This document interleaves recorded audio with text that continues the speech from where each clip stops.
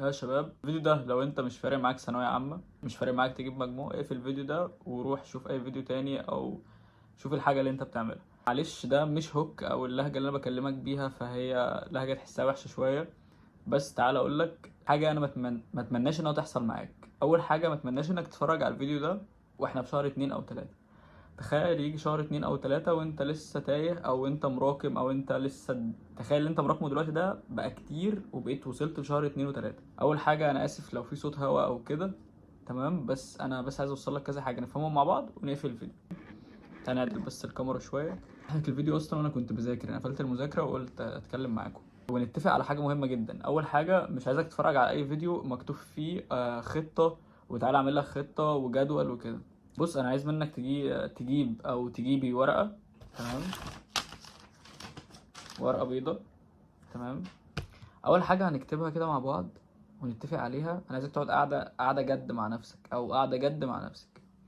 خلينا كده على نور اكتب الحاجات اللي انت مراكمها بجد، الحاجات اللي انت مراكمها بجد. فاكس بقى الجداول، ما تفرجش على اي جدول. كل واحد بيكتب لك الجدول على حسب قدرته هو، على حسب وقته، على حسب هو عارف هو بيصحى امتى، على حسب هو عارف دروسه ومحاضراته. اللي يكتب لك الجدول ده مش عارف حياتك، مش عارف حياتك ماشيه ازاي، مش عارف يومك ماشي ازاي، مش عارف انت مراكم قد ايه اصلا. هو بيعمل لك جدول افتراضي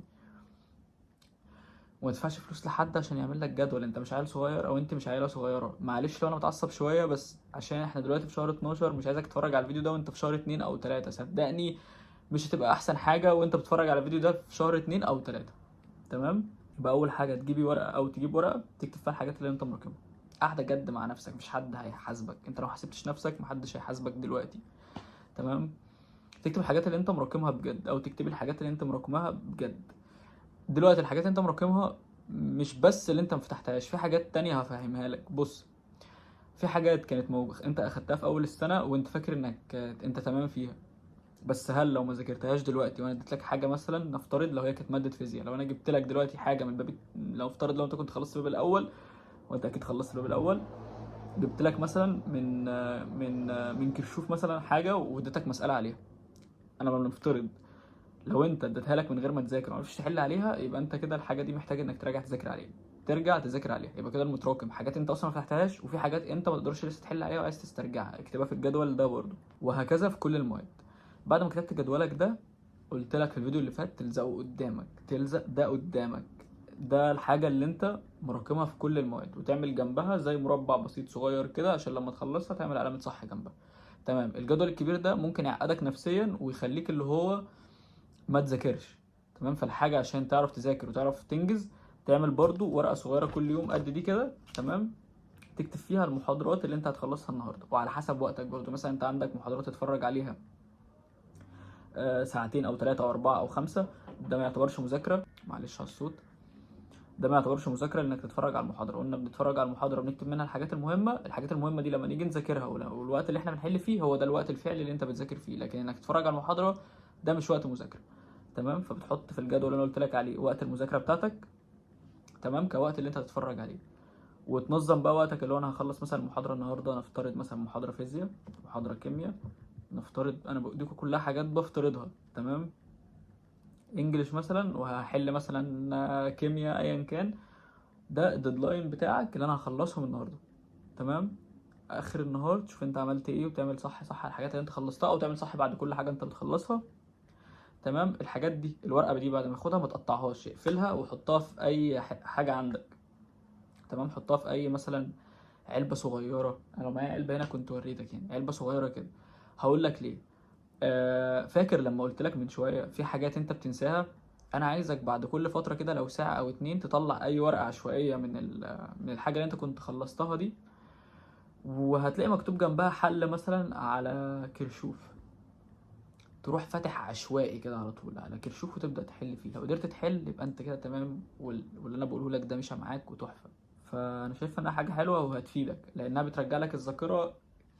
كفي سنه زي ثانويه عامه، انها مفيش ترم اول وترم تاني، ده سنه كامله على بعضها. تبقى عشان خاطري، او مش عايزك تندم او تيجي في شهر 2 او 3 وترجع تتفرج على فيديو زي ده. صدقني لو ظهر لك فيديو في شهر 2 او 3 وانت بتتفرج، انا هبقى صعبان عليا انك بتتفرج عليا وانا بقول لك لم كذا ولم كذا. احنا دلوقتي قدامنا مده، قدامك 6 شهور. تمام. 6 شهور كتير قوي يعني، حتى لو لسه ما بداتش خالص 6 شهور كافيه انك تبدا، كافيه انك تجيب مجموعه. انا مش بطمنك لو انت اصلا لسه ما بداتش، انت هتضغط نفسك، بس كافيه انك تجيب مجموعه عادي. تمام. في حاجه مهمه بقى، احنا دلوقتي في شهر 12، ودي حاجه عايزك تفهمها. شهر 12 لسه هيبدا، غلط تكون وصلت شهر 12 تمام وانت لسه. بص هنقسمها حاجتين. تعالى اول حاجه كده، انا فاضي بقى اتكلم معاك شويه، او انا مش فاضي بس انا هتكلم معاكم شويه عشان نفسي حد يفهم الكلام ده. دلوقتي في حاجتين. دلوقتي لو انت كنت بتنزلي سنتر او بتنزل سنتر، تمام، وبترجع من السنتر انت مش فاهم وبترجع تاني تتفرج على اليوتيوب عشان تفهم، يبقى المدرس اللي انت بتاخد معاه ده ملوش لازمه، اللي انت بتنزله سنتر وتضيع كل الوقت ده. يبقى انت بتفهم من اللي انت بتتفرج عليه على اليوتيوب ده، يبقى خلاص اشترك مع ده وما تنزلش ده. هتقول انا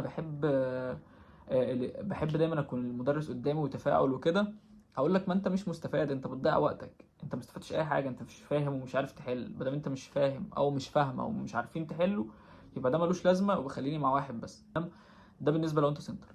لو انت اونلاين والمدرس ده نفترض اللي هو مشهور، وانت ما زلت لحد دلوقتي مراكم معاه ولا بتفهم منه ولا قادر تحل لوحدك، الحل مش ان انت تحل معاه في ورشه الحل اللي هم بينزلوها، الحل انك بتحل لوحدك. تمام. لو مش عارف تحل، يبقى المدرس اللي انت معاه ده غلط، يبقى ما تكملش معاه.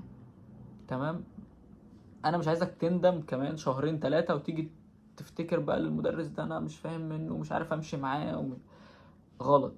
يعني يا الحاجه الغلط ما تخليهاش تستمر اكتر من كده، وقفها من دلوقتي. خد الخطوه ووقفها دلوقتي. وقلت في الفيديو اللي فات ازاي تختار مدرس كويس، قلت لك قدامك اليوتيوب، ابحث عن اي حد تمام في اي ماده وتفتح الفيديو. تمام.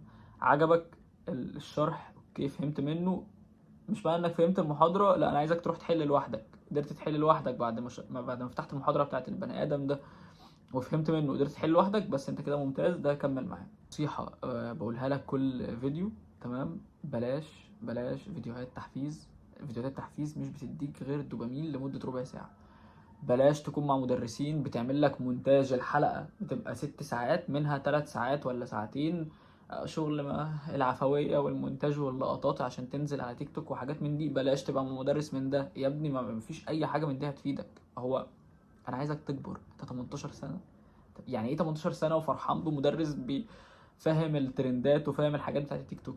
يعني هل ده هينفعك في اللجنة؟ هينفعك وانت بتحل؟ تمام.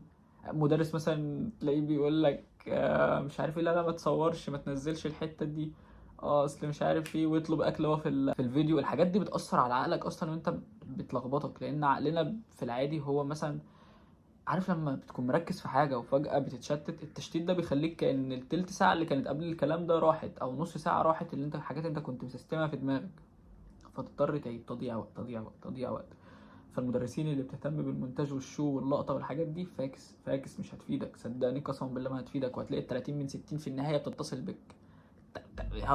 هترد لانك هتبقى قاعد في الامتحان مش فاكر غير الفيديو بتاع التيك توك بتاع الايديت. فعشان خاطري انت اكتر حد عارف مصلحتك وعارف ايه اللي انت واقع فيه وعارف ايه اللي انت مراكمه وعارف لو عملت ايه فعلا هتتحسن.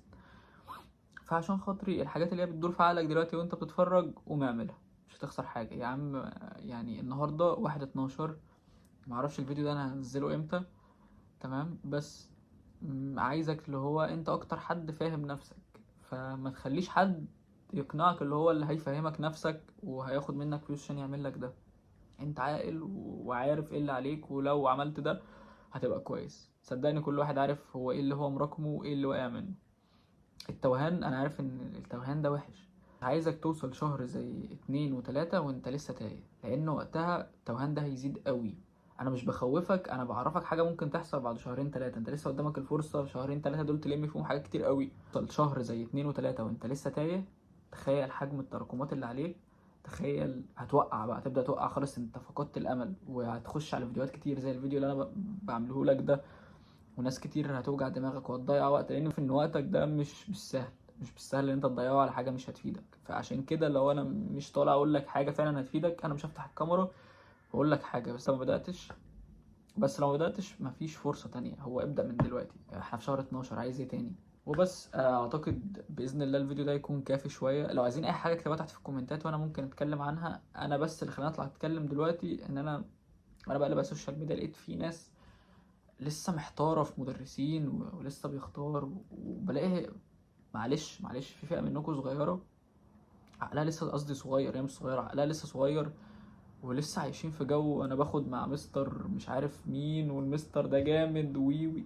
يا حبيبي ده مش دورك، انت دورك انك تذاكر، ومش عارف ايه وهيعمل لك ايه وهيسوي ايه، ويقول لك انا من طلاب مدرس كذا، احنا من طلاب كذا، طلاب مدرس كذا يعملوا لايك.